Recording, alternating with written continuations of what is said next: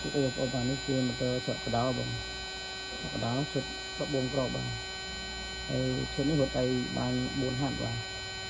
ហើយបងក៏កំពុងរៀបគាត់ដល់លេខ4ហាត់បាទហើយបងត្រូវការអាចទៅបានបងខ្ញុំដាក់លេខទូរស័ព្ទបងលេខខ្ញុំនឹងលេខ Telegram ខ្ញុំហ្នឹង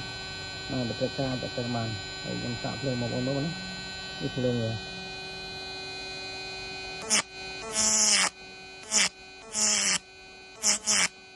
ខ្លាំងបង